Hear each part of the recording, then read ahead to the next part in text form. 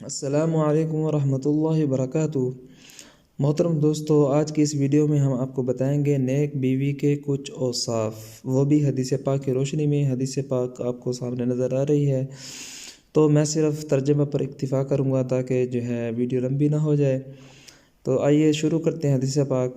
حضرت معقل بن جسار رضی اللہ تعالیٰ عنہ سے روایت ہے کہ ایک آدمی رسول صلی اللہ علیہ وسلم کے پاس آئے اور کہا کہ ایک شریف خاندان اور قدر و منزلت والی خاتون کے بارے میں مجھے جانکاری ملی ہے، معلومات حاصل ہوئی ہے، مگر اس کے یہاں پیدائش نہیں ہوتی، کیا میں اس سے شادی کر لوں؟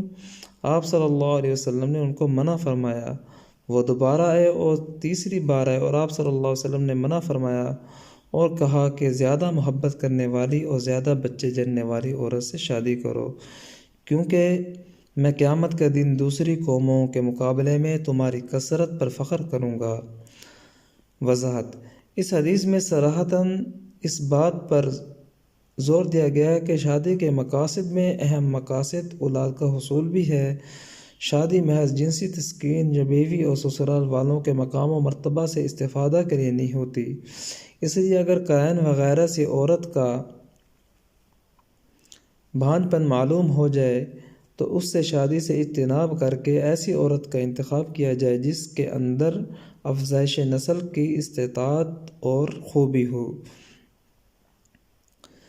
حدیث نمبر 1 کی طرح اس حدیث میں بھی بیوی کے انتخاب کے معیار کی نشاندہی کی گئی ہے اور عوام میں رائج معیار پر نہ جانے کی تاکید کی گئی ہے۔ مسلم گھرانوں میں اولاد کی کثرت شریعت کو مطلوب ہے، کیونکہ قیامت کے دن جب تمام انبیاء علیہ السلام اپنی اپنی امتوں کے ساتھ آئیں گے تو امت محمدیہ صلی اللہ علیہ وسلم ان سب کے بیچ سب سے بڑی امت ہوگی، اور یہ چیز ہمارے نبی صلی اللہ علیہ وسلم کے لیے باعث افتخار ہوگی۔ اس میں کوئی شک نہیں کہ اولاد کی کثرت کے ساتھ ان کی اچھی تربیت بھی شرعی مطلوب ہے۔ نیک دین پسند اور اعلیٰ اخلاق و صفات کے حامل لوگوں پر ہی فخر کیا جاتا ہے اور ان کی موجودگی سے خوشی اور مسرت ہوتی ہے، نہ کہ دین بیزار اور سیرت و کردار سے تہی دست لوگوں سے۔ اس لیے اولاد کی کثرت کو تربیت کے عمل سے جدا کر کے نہیں دیکھا جانا چاہیے۔ جس طرح اولاد کی کثرت شرعی مطلوب ہے، ٹھیک اسی طرح ان کی اچھی تربیت بھی مطلوب ہے۔ الحمدللہ اس وقت تعداد کے اعتبار سے مسلمان عیسائیوں کے بعد دنیا کی دوسری سب سے بڑی آبادی ہیں، مگر ان میں اسلامی تربیت کی بڑی کمی ہے، جس کی طرف توجہ دینے کی سخت ضرورت ہے۔